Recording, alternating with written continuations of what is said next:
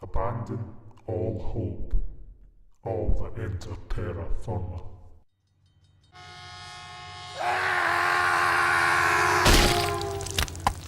The first use of the word zombie in the Western world is credited as being written as far back as 1819 in the History of Brazil by poet Robert Southey. But it's in the pages of novels such as Mary Shelley's Frankenstein, Richard Matheson's I Am Legend, and of course in the works of H.P. Lovecraft that the concept really took shape. Horror filmmakers soon realised that this was an audience-pleasing villain. Through films such as White Zombie, I Walked with a Zombie, and the lesser quality, higher kitsch value Plan 9 from Outer Space. But in cinematic terms, the real pioneer in the zombie horror subgenre is the late great George Romero with his Living Dead series. Inspired by the works of Romero, we have seen zombies take off in a multitude of media forms, including comic books with the landmark series The Walking Dead, and in video games with legendary series such as Resident Evil. My guest on Terra Firma is author T.W. Brown, whose Dead series is that next game changer in the zombie horror genre. So sit back, relax, and enjoy as we snack on the brain of one of the best indie authors on the planet right now. Welcome everybody. I'm here with the author T.W. Brown, and we're going to talk about his career, horror in general, and a whole lot more, so stick with us. For people who are maybe not aware of your work, how would you describe your writing style and the genre you write in? Well, majority of what I write is zombie fiction. I do have a side series that I write for fun called That Ghoul Ava, which is a horror comedy, but that is kind of a slow boil where the money is for me right now. And what I fell in love with in this genre was zombies way back in the 70s with Romero's original Dawn of the Dead. And when I had a college writing teacher tell me that I should be writing more of it, I decided to give it a shot. And I would say that what I'm writing is really more based on human reaction. I mean, you could take zombies out of it and install it in a post-apocalyptic nuclear wasteland from the 80s, you know, when we had the Cold War scares or the current scare that we have going on. You can do anything with it that you wanted. It's really, as the series rolls on, it really stops being about the zombies and starts being more about people and how they react to the worst possible situation. I pull some of the worst and some of the best out of, you know, what you see on the news every day. And I try to bring them to life on paper. I think the best responses that I get, the ones that really mean the most to me, are when somebody says that they hated this person or they loved this person or this made them laugh or this made them cry, because I'm like, you know, that was words on paper, you know, and it becomes so real to them that they get immersed in what's going on. I've had death threats over characters that I've written, and I see that as I must have done something right to make somebody that upset. Not that I look forward to those sorts of things, but I mean, it's part of, you know, quote, entertainment. So I would say that it's zombie fiction, but you don't have to be a zombie person to get into it. A lot of people that end up reading my stuff come back later and tell me, you know, a friend of mine told me about this. I'm not really into zombies, but I gave it a try, and wow, this was great. So while zombies are there, it's really not, you know, I mean, you really don't have to be a big zombie Walking Dead fan to get into it. It's really about people. Yeah, I think depending on generation, when it comes to zombies, people are either their first entrance point into it would be George Romero's work, or if they're a lot younger, possibly the Walking Dead comic and television series. What do you think separates your work from both Romero and The Walking Dead? Well, I'd be a great big liar if I didn't say that Romero is the influence. I think for anybody that's in this market, you have to have been touched by what he did, you know, in some way, somehow. I mean, for me, it was a 14-year-old kid sitting in a movie theater for the first time to see this movie on film. And 2 rows ahead of me, there was a couple years older than me, like 15, 16, that were on a date, obviously. And, you know, they were all whispery and giggly. And then the show started. And the scene when they're raiding that low rent apartment complex, the guy gets his head sprayed all over the wall. This girl hurls into her boyfriend's lap into the popcorn bucket. If you're 14 years old, there's really nothing cooler in the world than that moment. I mean, and it grabbed me. So I have to say that I've always been a fan of it, and I never really thought that I'd be writing it. And now that I am, every time I sit down and write a page, I know that I'm on his back in some way. I can't say that I was overly influenced by The Walking Dead because it came out actually in cinema form on TV well after I had started the series. And it was actually, I was probably halfway through the second book in the Dead series before I started reading the graphic novels. So, because I was out there looking for anything in the genre, which back then there wasn't nearly as much. I mean, you type zombie into Amazon now and your screen blows up. But if you go back to like 2008, 2009, there wasn't nearly as, I mean, a sliver of what there is today. So I can't say that I'm influenced by The Walking Dead. I will say that in its current form, one character has sort of changed the dynamics for those of us who write it. The Negan character, you can't write a villain without it being compared to this guy now, because it's so well done. You know, it's so well done on screen. And I mean, I sat there and I watched it, and by the time he was through 2 episodes, I was just like, man, he just made my job harder. And it's not even necessarily the writing as much as it is the portrayal on screen. He does such an excellent job. I mean, I absolutely, hands down, that is my favorite character. Every time he's on, it's like I'm just glued to whatever he's going to say, whatever he's going to do, his facial expressions, everything. And I just watch it and I go, how am I going to make a bad guy that's going to even come close to this? I mean, this is the quintessential evil villain. Yeah. And the thing is he's not really, in his mind, he's not evil. You know, I mean, he's the flip of the coin. If you were seeing his story from his eyes, Rick would be the bad guy. You know, I think you're also getting a look at what Shane would have become had he not died in, you know, the early part of the series. Yeah. He's got just Shane kind of pouring out of him in a lot of the way he acts. So, but I have to say that anybody who does this, even for fun or for a living, like some of us do, we have to say that Romero is the driving force. I mean, we're all on his back. Yeah. What was it that influenced you to pick up the pen or to type at the keyboard, the first novel? Actually, the first thing that I ever wrote, which was nothing like this at all, I'd been writing since grade school. I just found that I had a knack for it. And so I took every writing class I could.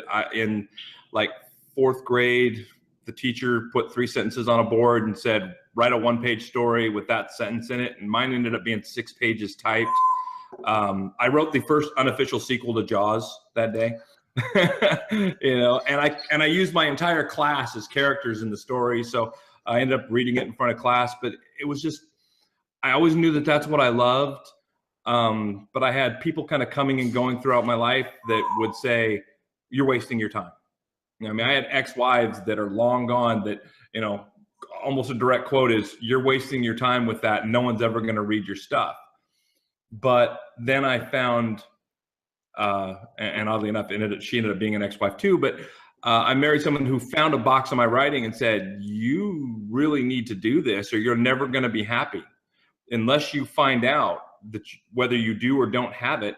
And then actually the wife that I've had for the last 15 years, and this is the last stop on that train, she basically said, you have to pick it back up again, because I'd put it down again after some other, things happened, and other things got more, important. But she told me, she goes, you have to do this. And then one day when we were struggling financially, during the huge recession that took place, she actually comes up to me one day and says, you need to quit your job and just write. And I'm like, I don't think that's a good idea.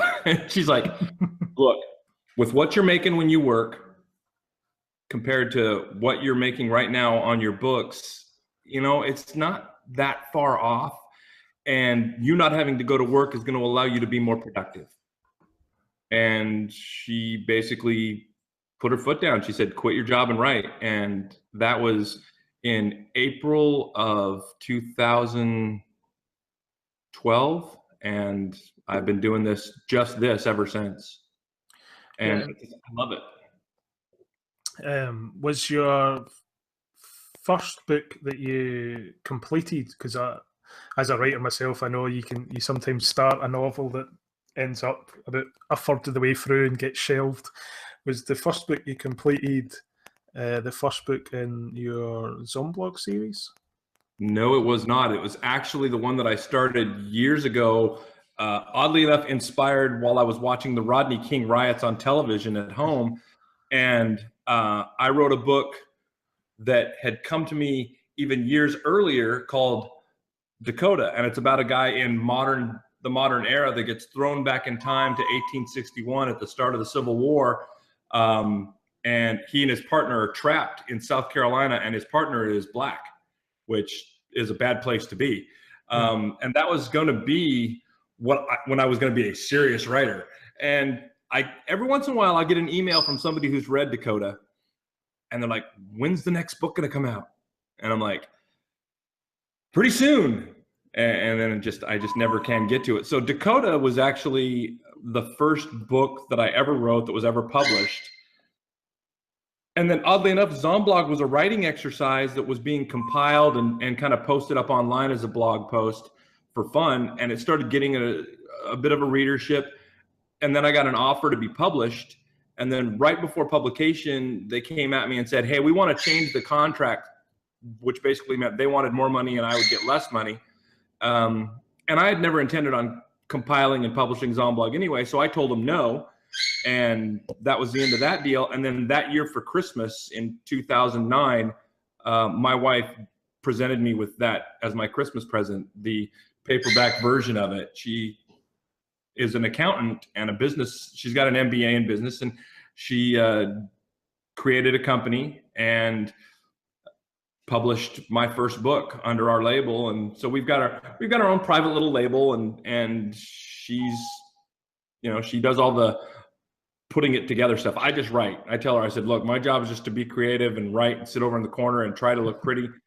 You do all the important stuff. You're smart. You know how to market. You know how to, set up the financial side of things. And so she did, and Zomblog came out. But like I said, that was a Christmas present in 2009. And in November of 2011 is when it took off, and had a weekend where it did 10,000 units over the course of a weekend. They were free, so I didn't see a penny from it, but that started the waterfall in all the other books. And the Zomblog series started gaining traction, and then the Dead series started gaining traction, and then the Dead series just took off, and Zomblog just fell by the wayside. But Dead went nuts. And I still, to this day, I look at my numbers, and I look at numbers from a couple years ago, and I'm blown away by it. I still can't believe that many people are reading my things, Yeah. Is that something you would recommend to a new writer, to do putting your book out for free for a certain period of time? A few years ago, that was a good marketing tool if you had more than one book. Yeah. If that's your only book, it's a terrible tool because you're not going to get a penny from it. But the problem that happened is that it became so pervasive that people's Kindles are now full of hundreds of free books, and they don't think anything of it because they didn't pay anything for it. So it doesn't hold any value. So I tell people now, never price yourself below 99 cents, and have yourself a 99-cent sale every once in a while, but keep your book priced at $2.99, because as an indie, obviously we're not going to be charging Stephen King $15 and $18 and $20 a ebook. I mean, that's insane for a book that has no overhead, no production cost. So no one's going to buy your book if you price it at that point. But I have found that the sweet spot for indies is anywhere between $2.99 and $4.99. Oddly enough, $5.99 is a breaking point. People start sort of drifting away at that point. So, and that took a couple of years to sort of figure out what the market, and that's where my wife came into play, is figuring out what the market would bear and what people saw as a reasonable price, which, I mean, you can get some of those books out there and they're only, and I say only, but they're only 50 or 60,000 words. So you're talking about maybe a day or two of reading, which of course was, you know, several weeks to a few months of a person's life putting it together. But all the Dead books are over 100,000 words. I mean, they're sizable. They've got some, you know, they've got some depth to them. And, you know, if you use them as a weapon later on in an actual apocalypse, you might be able to bat off a couple of zombies. So they're not thin and flimsy. You know, so they've got something to them. So I think it's a good price at $4.99 because it's a few days worth of reading. And wow, I mean, people that read these books, they know the series better than I do. The readers know those books now far better than I do.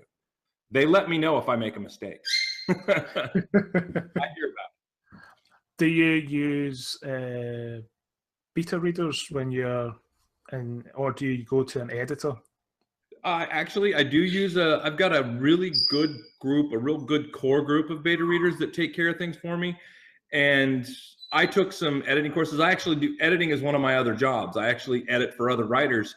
And I've probably edited close to 250 books at this point.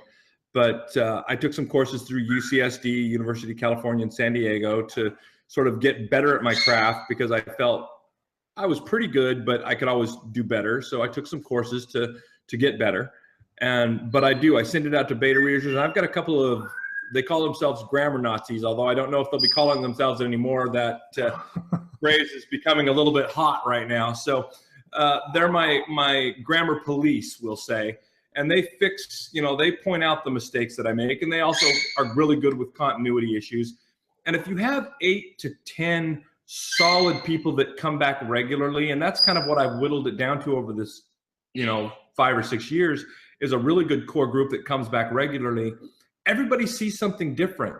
And so it's always amazing to me that, you know, the people that are so meticulous and then they'll miss something so obvious that one of my little fringe beta readers that is just kind of along for the ride and really just tells me if the story works or not, and doesn't do a lot of correction, but they'll say, you know, this part here, you killed this guy, but you killed him like 30 pages ago. And I was like, good thing to find. I will fix that, you know? So, but I have a really good beta team, and everything that I write, I read out loud first. And my wife actually gets a chair and she pulls up and the dogs gather around, and I've got 2 African gray parrots. So they usually sit there and listen, and I read it because hearing it out loud also lets you hear if a sentence is clunky. And have somebody else listen to your work, they kind of go, you've sort of used that word 8 or 10 times in the last 5 sentences. You may want to find a thesaurus and fix that. So it's really good to have it out loud because you can hear how it flows a lot better than just looking at it on paper. It makes you slow down and absorb it. And that's how I fix it up before I send it off to my beta team. And it's worked for me so far. Yeah, definitely, especially with dialogue, reading it out loud, because it can look like it would work on the page, but the moment you read it out loud, you realize that there's just no flow to it at all. That is one of the problems that I've actually still have to struggle to correct, is because when I write, part of me, I've done proper writing before, and that's kind of where I got my start. And so using contractions like don't and can't and shouldn't, I have a lot of do nots and could nots and should nots that make a sentence sound blocky. I've had people that have actually written reviews and say, do you know what a contraction is? And I'm like, oh, yes, I do. I will fix it. I promise I will fix it. And I'm trying to get better at it, but I still find myself, you know, reverting back to the ways of, you know, the teacher. I went to Catholic school for a couple of years, so I had a, you know, teacher with a ruler. So whack, do not use that word. That's a contraction. It's not proper. Okay, I'm sorry. So yeah, my issue is being Scottish. I tend to write all the dialogue in accents. So people, I get the messages I get are more like, we're not from Scotland. We don't know what the hell any of this means. You know, the thing is though, is if you use it in a context that people get it, because I love British comedies. Okay, I mean, I grew up as a child. Python was something that I would sneak out, into the living room and watch late at night, because when you're, 11 and 12 years old, that's the only place in the world that you ever saw real live floppy boobies bouncing around. So, I mean, Python was it, that was the thing. And Benny Hill. But then I fell in love with all sorts of, Red Dwarf and Ideal and all these things. So I learned a lot, and I thought I had a good grasp. And then I wrote a book in my Dead series centered in Leeds, England, and was fortunate enough to have a couple of locals as beta readers for it. And they're like, we don't say that. And so I had to fix it, but I thought I was spot on. I really did. I thought, you know what? I'm gonna show them. I've got their lingo down. And then it was like, no. Yeah.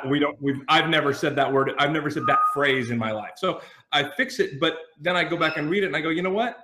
In the context, I know what it says. So, you know what? If you keep it in context, you'll actually educate people. And someone like me would scoop it up and go, oh, cool, I get to learn something, So, yeah. I think it's something that writers like Ian Rankin, who writes the Rebus books, he does really well, bringing a Scottish accent and tone to a book.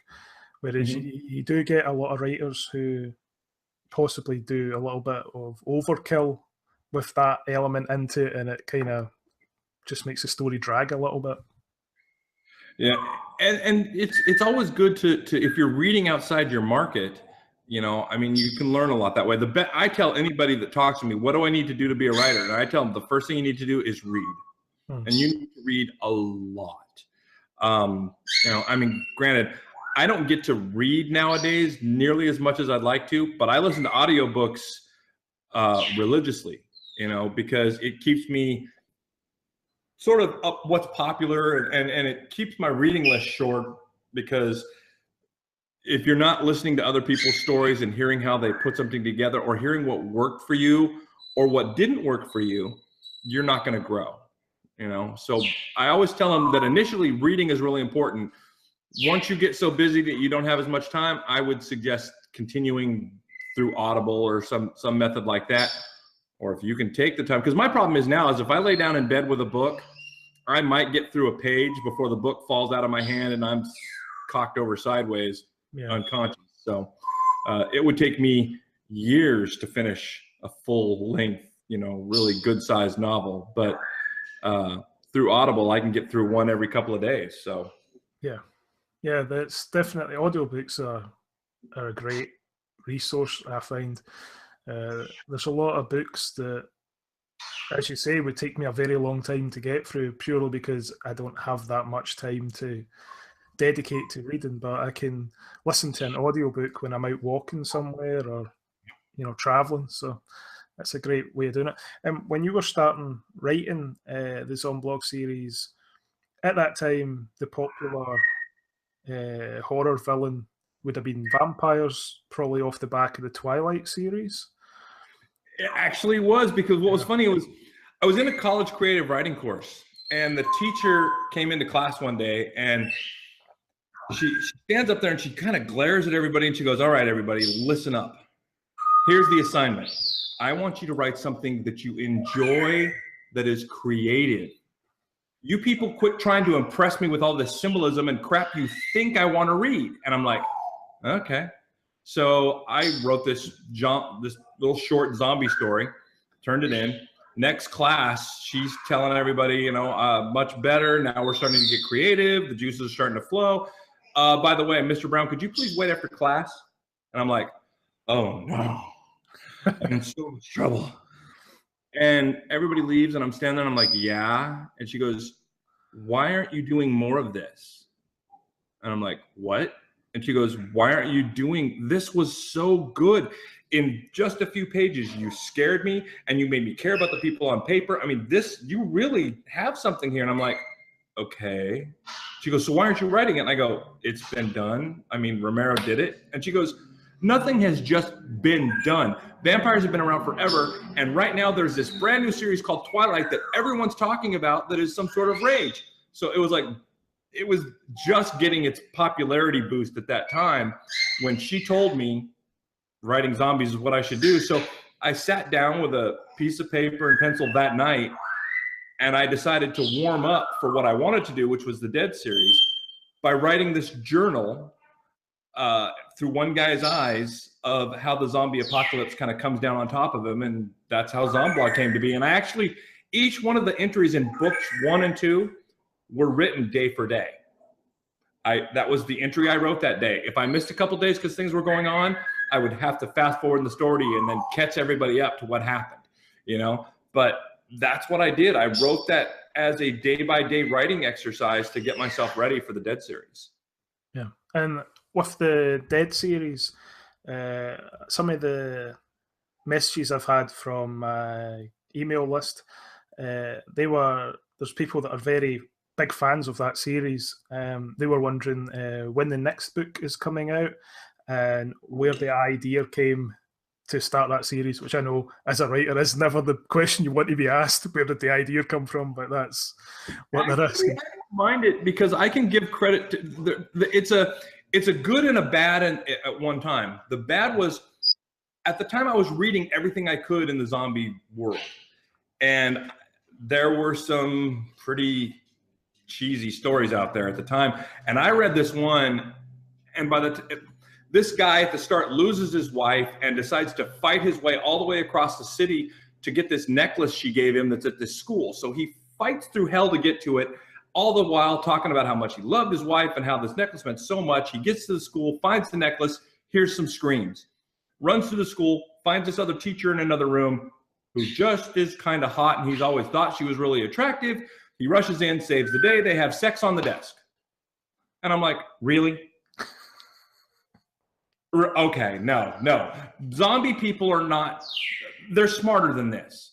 And so I was reading, after that, I read the George R.R. Martin series well before HBO scooped it up. And, you know, I mean, and I love the series I love Game of Thrones, but reading that book and reading that series just drew me into something, and having it from so many different perspectives to where you could see the same scene twice, but it looked different because you were seeing it through somebody else's eyes. So I sort of wanted to take that idea to the zombie world, and I wanted to write something that was not dumbed down, and I didn't want to have a bunch of military superheroes that could make, you know, a submachine gun out of a paper clip, some tin foil, and a piece of gum. I just wanted the people that live next door to you, you know, so that when you read this guy, you could relate to him, and he was just normal.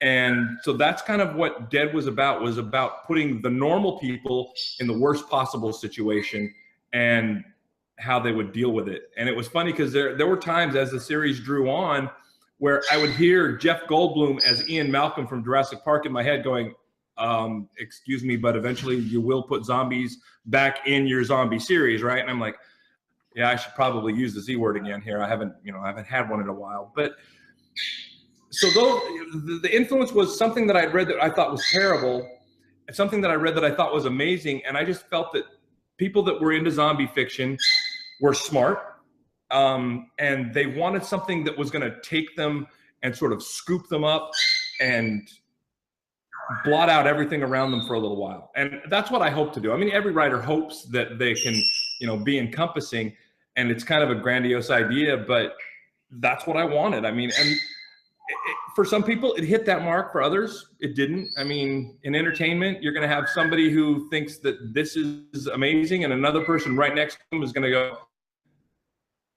it's horrible, you know? So you have to accept that. That's part of being a writer. But that's what I wanted to do, and I felt good about it. And I still do. I mean, I read some of the earlier books, and I've learned a lot as a writer, because it's like working out. You get better, you get stronger, I believe.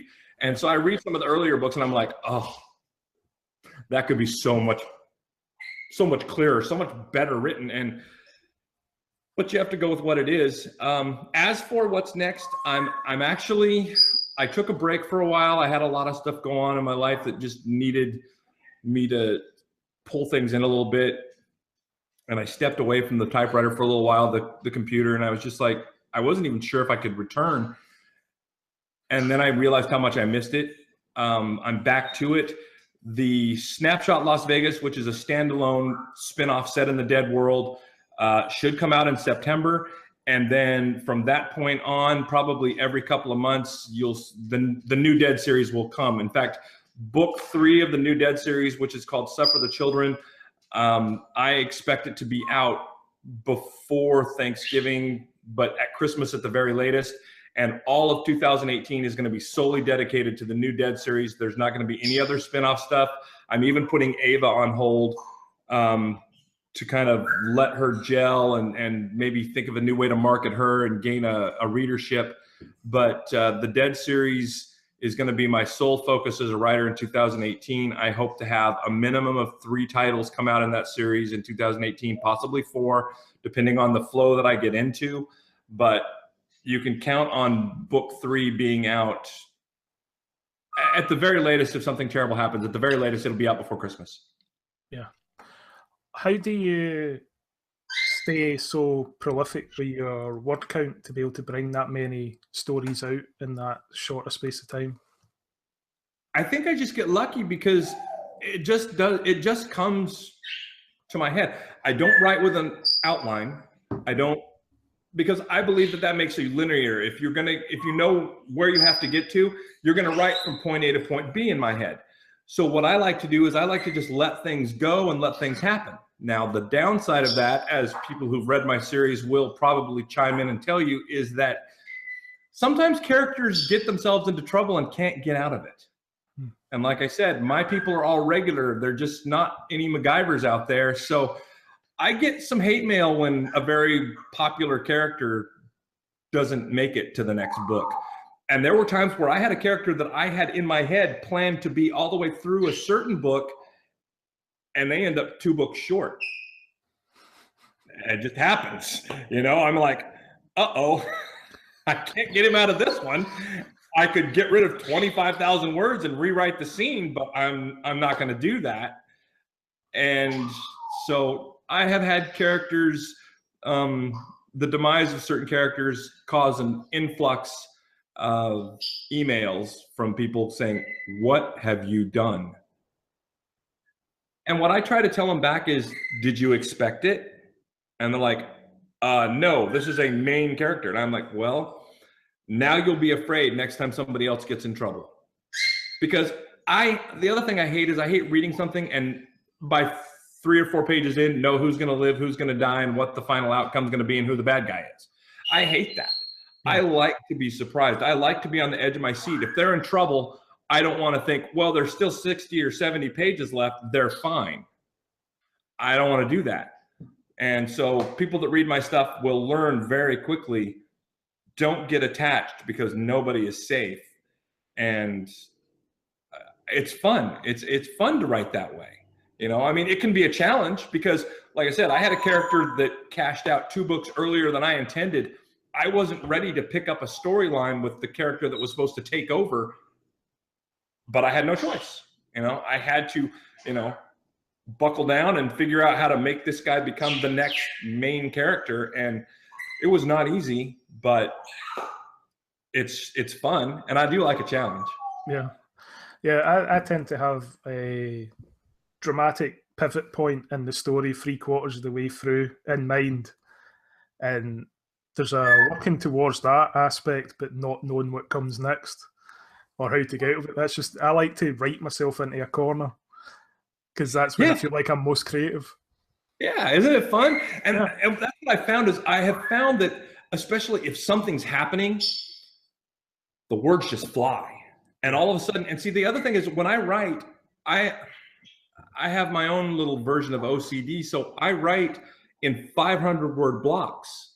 So when I reach 500 or 1,000 or any, multiple thereof, I stop. So I'll walk away in the middle of a sentence, and that'll be the time that I'll take the dogs outside, or I'll get on the treadmill, or vacuum or do something, but I walk away at that marker.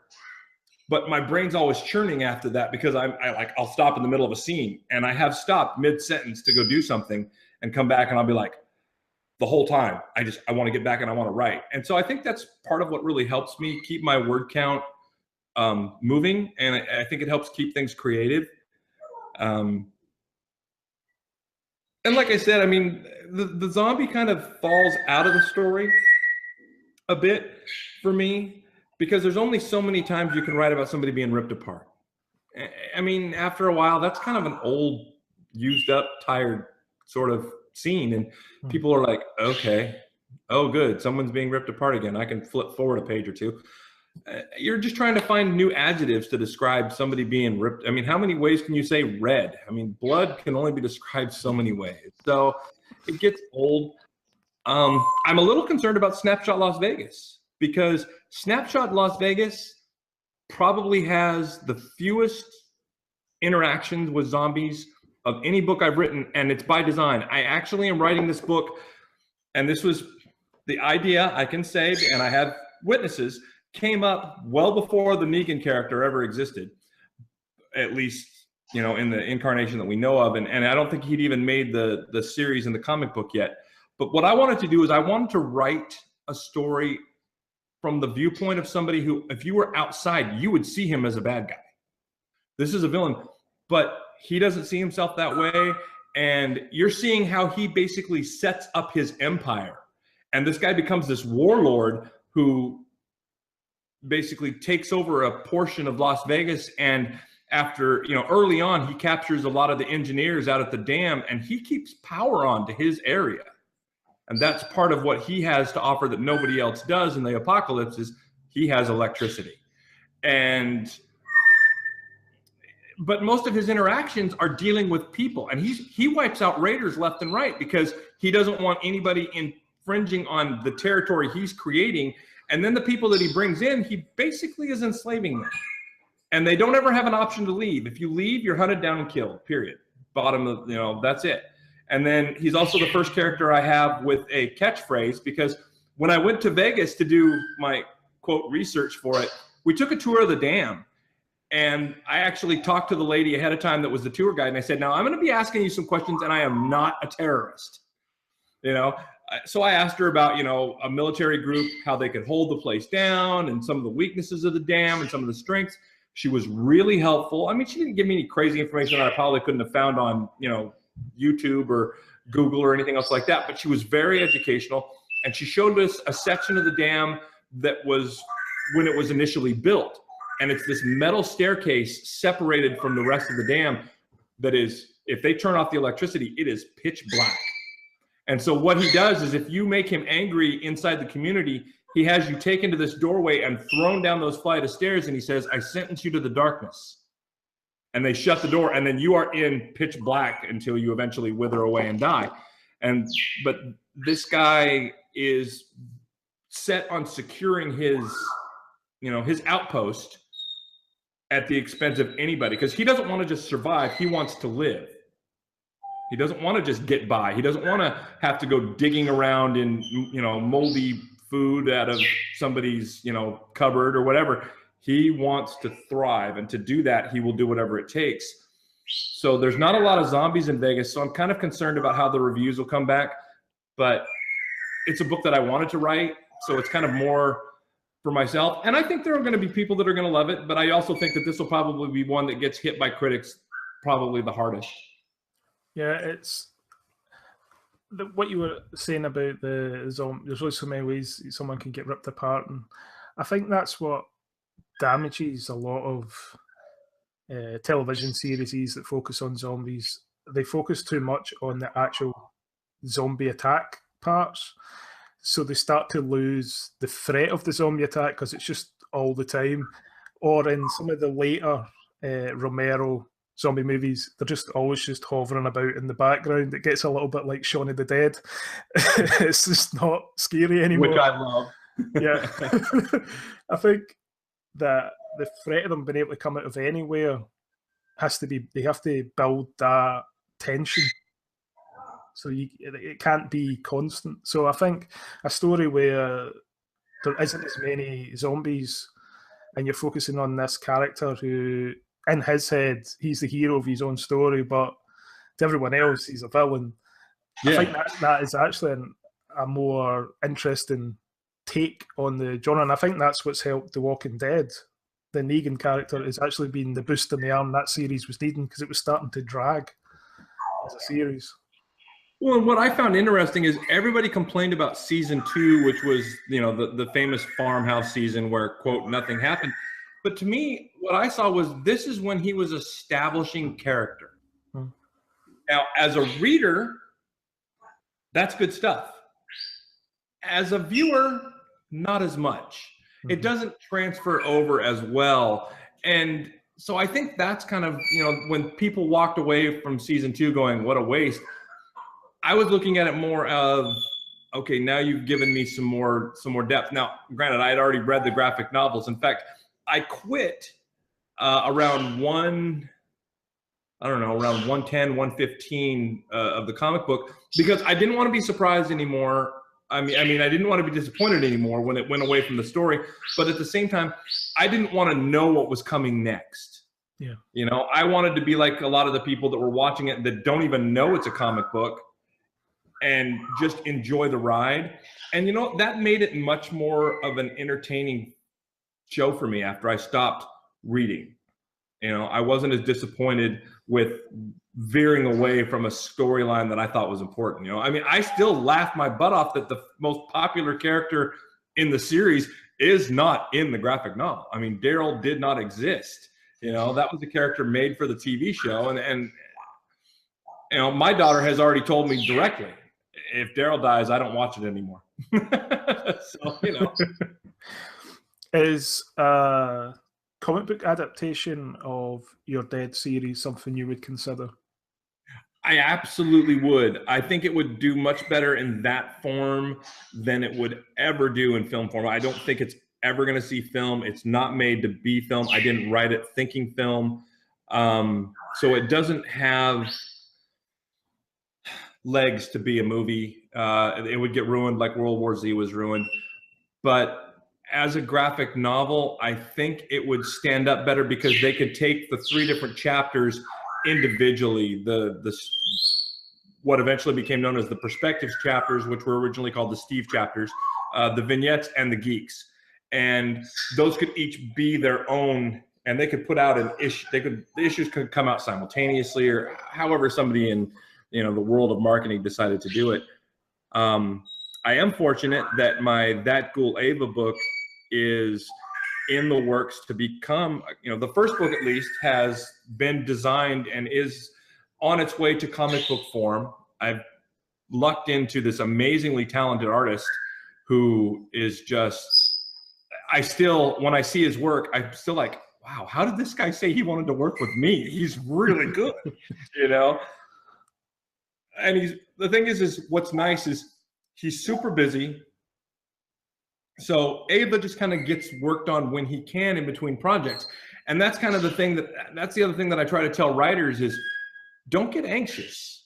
You know, I mean, time has a whole different meaning in this environment. So where you think something's taking a long time, for that person, it's been a blink, you know? I mean, that's just the way it is. And so I'm with somebody who is taking it as it goes, and we touch base every once in a while and lets me know what's going on. And hopefully either by the end of this year or early next year, I'm going to see one of my pieces turned into a comic book, which is really exciting for me. But I think Dead would form well as a comic book. The Snapshot certainly would, because those are all standalone stories. And when I write them with the idea that you don't have to have read the actual Dead series to understand it. Yeah. But I will hide little Easter eggs in there for fans of the series to go, oh, I know what happened here, or oh, that guy, or, you know, that kind of thing. So that's kind of fun. But you know, the Snapshots, like I said, those are they're self-contained single stories, so they would conform really well as a comic book. Yeah, I know you don't write with an ending in mind, but Do you have a certain number in mind for how many books are in your Dead series? With the original series, I made the mistake of going very, very public and saying it was going to be 12 books long. The problem that I ran into was that where I wanted it to end, I couldn't reach that point without this big fast forward. So from books 9 to 10, there's a 10-year gap. You know, and I throw flashbacks in there so that people realize what happens and this and that and the other. But I had to jump 10 years, and I think I honestly will completely admit to the fact that I don't think it was the strongest. Some of the stories I felt really good about. Some of the stories I felt like they didn't get what they deserved, and that they suffered. You know, I mean, I can be honest. And like I said, if anybody that writes thinks everything that comes off their fingertips is gold, then they're crazy. And I can look back at it now and go, you know, I could have done this better, but I made the mistake of being very public and saying 12 books. And what made it worse was I'd seen people end a series and then bring the series back because their other adventures weren't selling like this one series would sell. So all of a sudden, a book that was 6 series long, and all of a sudden book 7 comes out, and you're like, well, I thought it was done in book 6, but you know. And so after making it very public about mine being 12, I wasn't going to say, oh, here's a book 13, here's a book 14. Book 12 is called Dead End. I made sure that there was nothing. Now, spin-offs is kind of where I've gone with it. I do the snapshots, which are individual books set in people's towns in the world that they know from the Dead series. So the mythology is the same. So they understand the mythology and what's going on. And this new Dead series, I'm not putting a number on. It could be 6 or it could be 40. I have no idea. I'm going to write this story until the main character gets in trouble and can't get out of it, because the main character, I'm not doing a 150 character book this time like the Dead series has, you know, eventually became. It's one guy, and you know, he has people around him and stuff, so there's sub characters as well. There's minors, but the minor characters, they can kind of come and go. But if the main guy, if Evan ever bites the dust, then that'll be the end of the series. That'll be the final scene. That'll be the last page, is Evan dying. Is there do you already have plans for a series that will come after the relaunched Dead series? Not right now. I'm really sort of enjoying where it's at. There's something that's started gelling over the last couple of months in my head, but I'm not even ready to put it to paper yet, and it has not a single zombie in it. It's not zombie fiction. It's different. It's not Ava. You know, Ava is like I said, it's my horror comedy series, which I wrote Ava as a gift to one of my first ever fans. Her Twitter name was That Ghoul Ava. And I wrote for her birthday one year, I wrote a short story called That Ghoul Ava. And she wrote back saying, when is this going to be a book? And I was like, it's not, it was just a present. And she goes, oh, no. You have to write more of this. And I was like, really? And she has slowly carved out a following of very loyal fans that love her. So Ava is fun to write. I don't have a number on her. She could probably last about 20 books. By the way, the screams you keep hearing in the background are my parrot. My African gray keeps demanding my attention because she can hear my voice but can't see me. So that's what, if you're hearing screams on occasion, we're not torturing anyone in the basement. It's gray. But I do have, like I said, I have something in my head, but it's still well off in the distance, and I probably won't even put it to paper until, I don't know, 2 or 3 years down the line, most likely. Yeah. Something you mentioned earlier is you're running a Spartan race. Is it this weekend? Yes. This is the second leg of the Spartan trifecta. I ran the Super up in Snohomish, Washington back in April, and that was 10 miles and 26 obstacles. This one will be the sprint, which is the one that I've actually run the sprint. This will be my 5th time on the sprint course, the same course. And this one's just a little over 4 miles and right around 18 to 20 obstacles. And then in September is the final wedge of the Spartan trifecta. And this is called the Beast. And this one will be 13 plus miles with anywhere from 25 to 35 obstacles. And so the body will be broken down by the time I'm done with that. But this is also my last year. I figure at 52, I can call it good. I want to get my trifecta. It's something that I just wanted to do personally and cross off my list. I don't have any, I hate running. So the obstacle courses make it at least interesting. Plus I listen to, I've got Zombies Run, the app on my phone. So I actually listen to that as I'm on the course. And then I've got music playing and stuff to kind of keep my mind off the fact that I'm in pain. But yeah, I'll finish it up. And after this trifecta, I'm going to retire from obstacle course running, and I'm just going to stick to my in garage gym that I have. But the Spartan will take its toll because, of course, for anybody who's ever run one, or if you haven't, if you fail an obstacle, you have to do what's called a 30 burpee penalty. And I don't know if you know what those are, but yeah, so you're nodding, you know they are awful. And if you have to do 30 of them and then resume running, yeah, that could be a nightmare. Now, in the Super up in Seattle, I failed 5 obstacles. Jeez. That was 150 burpees by the time I was done. I was hamburger when it was all over. There was nothing left of me when it was over. But I finished. And that's just it. For me, it's a matter of proving to myself that I can do something and pushing myself past the limit that is comfortable. And I think that every once in a while you need to get outside of something that feels comfortable and challenge yourself. And that's what this is. So I do that. And but after that, it'll be strictly focusing on my own personal, the gym I have in the garage, and working with my dogs. That'll be my exercise after that. Yeah, you train your dogs for water rescue, I believe. Yes, I have 2 Newfoundlands named Freya and Loki, and they're actually both like laying right here at my feet when I do this. But the one she is barely 5 months old, I think, and we weighed her today, and she's 85 pounds. So I don't know how many stones that is, but she's a heavy girl. Yep. And then our 2.5-year-old is 124 pounds. But Newfoundlands are actually bred to work in the water. They have a different swimming stroke than regular dogs. They don't dog paddle. They actually swim out with their legs, and they have webbed feet. Wow. So part of her testing, which is what she does at practice, is she has to swim out when somebody calls for help, and she swims out and they hand her a buoy. She grabs it and it's attached to a rope, and she pulls the boat to shore. And the boat you have to hear the boat ground before she gets the points for that exercise. So that's just some of the stuff they teach them and some of the stuff that we train in.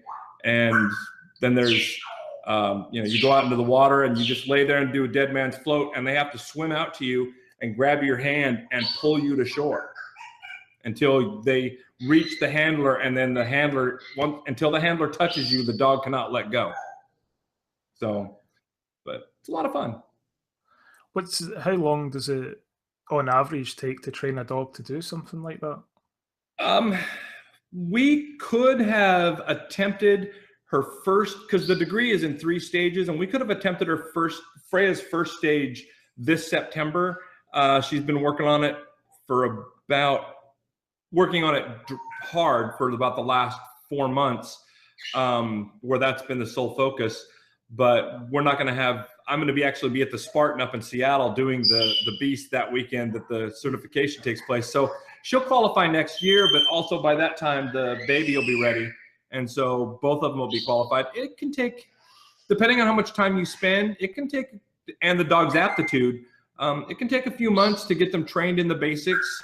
And then you just have to learn to grow from there. But it's really what they're bred for. And a lot of it they do almost instinctually. So they're really an easy dog. They're very smart. So that makes them real easy to train, although they can also be very stubborn.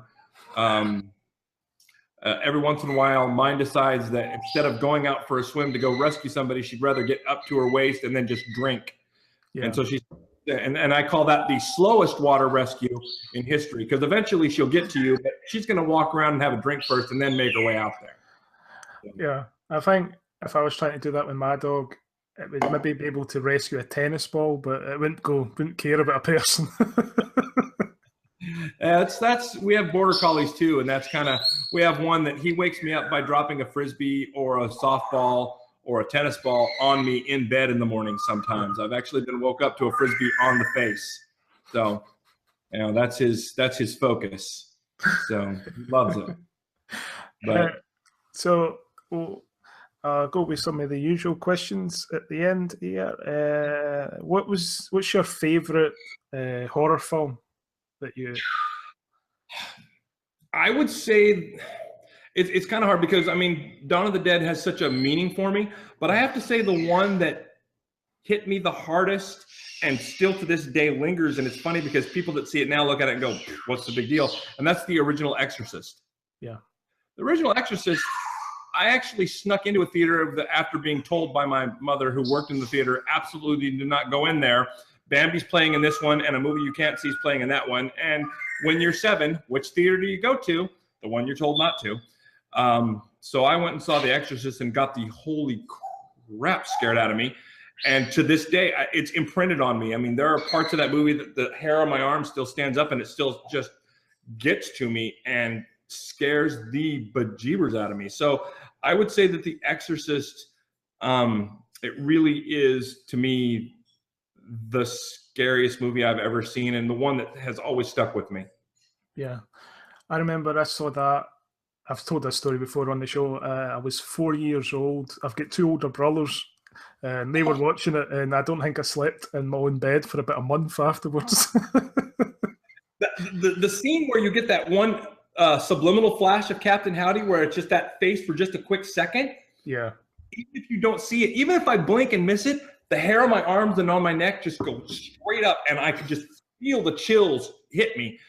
To this day, I mean, it impacted me so much. And I actually ended up sitting through it twice, because the janitor didn't come through the first time, and I was scared to leave my seat. So I sat there in my chair and then watched it a second time because I was so scared I couldn't leave and go to the lobby. So yeah, that movie has stuck with me forever. But I would have to say that one is the one that impacted me the most as a movie. Yeah.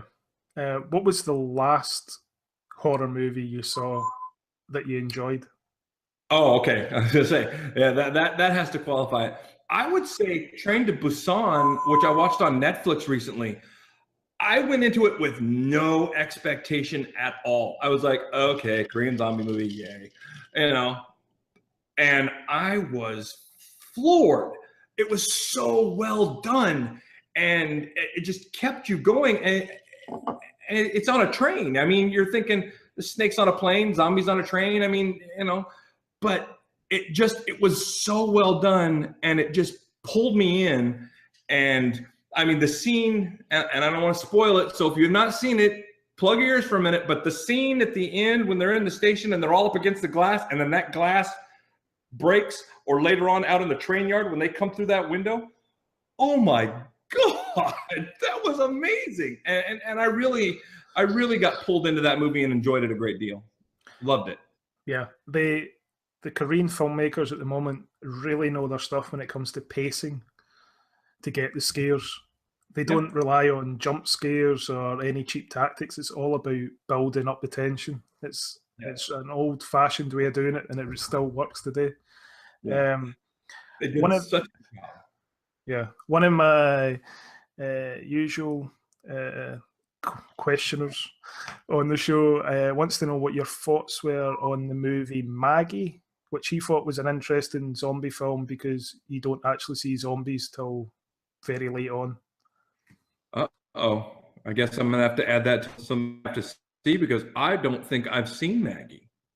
Yeah, it's Arnold Schwarzenegger and Abigail Breslin, I believe the actress is called, and he's a dad, and his daughter basically gets infected. So it's her dying and then to become a zombie, and he gets to take her home from the hospital to have his last few days with her, and it's about him not wanting the police to come and get rid of the body, basically, when she becomes a zombie. Well, I know what I'll be laying in my recliner watching when I recover from Spartan race this weekend. I'll have to find that and put that on the screen because that sounds wonderful. And you said Arnold Schwarzenegger, and I'm like, but you've described it and sold me, so now I have to watch it. For me, it was quite an interesting film. I actually took my wife to it. My wife hates horror films, but she actually quite enjoyed it because, weirdly, Arnold Schwarzenegger does a really good performance in it, where he gets really emotional towards the end of the film, which was quite That'll be good. Yeah. Because honestly, I have not seen anything that's not a foreign film that I've been able to jump on and enjoy. There's one that's on Netflix and it was made over, I believe, in Norway. And the title's escaping me at the moment, but it's the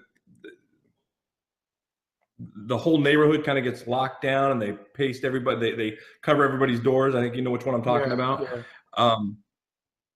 It was This Is Us or something like that. It was, see, I want to say Last of Us, but that's the video game on PlayStation. And so I know that's what I was confused with. But that one was one that I was like, well, that's pretty well done. But yeah, I'll have to look at Maggie because that sounds right up my alley. Yeah. It was an interesting take to make a horror film that you're not relying on any kind of cheap scares. They throw a couple of jump scare type moments in with other characters, but I think that's more a studio thing put on it, basically. They made him do it. Yeah. They heard Jeff Goldblum too saying eventually you're gonna have a zombie movie, right? Yeah. Oh, one of the viewers has asked the question. It's from Philip, who lives in Venice in Italy. He wants to know if you would do a snapshot set there. I want to do a snapshot in Italy because when I was in the Navy, I actually got to hit a few places. I hit Bari, I hit Naples because that's where we pull in. Got to go to Rome and a couple of other places that we went by train and saw. And so, yes, my plan when I return to snapshots is I want to do all 50 states. I don't know if I'll be able to, but my goal is to do one for every state.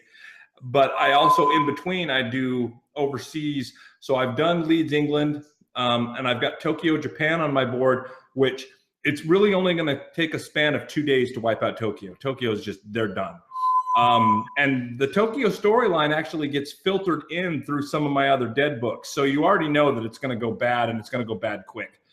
But I would love to do Italy. I had not thought of Venice with all the water, but I would love to do a snapshot over in Italy. So send me some pictures. They can email me if they find me. You know, I'm easy to find online. My email address is there. And that's, most people send me their city and say, you know, take my city out. And they send me pictures and go, look at these places. These places are really neat. And I go, okay. And then I zoom in on Google Earth. And that's how I do places I've never been, is I use Google Earth. I get down onto the street level so that I can see through the eyes of the people as they're running and go, oh, that's a blind corner. They're in trouble.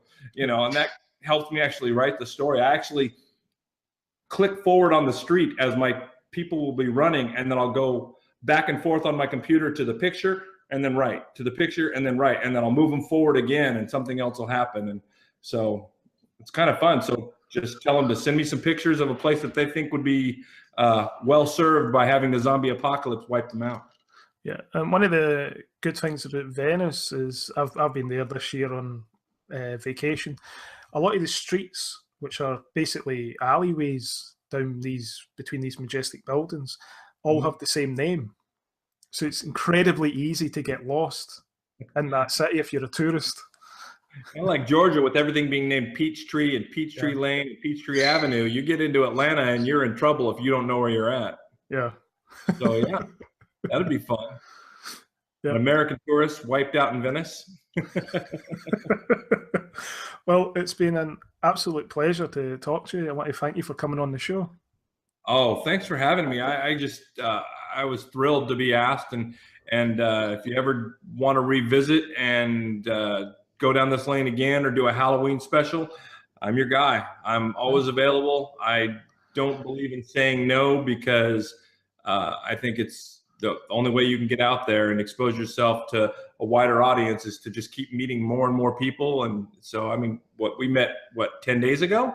Yeah. So that was fantastic. So yeah, anytime. And it was a pleasure. Thank you for having me on. Yeah, and I'll definitely be cycling back for another episode at a later date. So, Yes. thanks. See ya. All right. Thank you.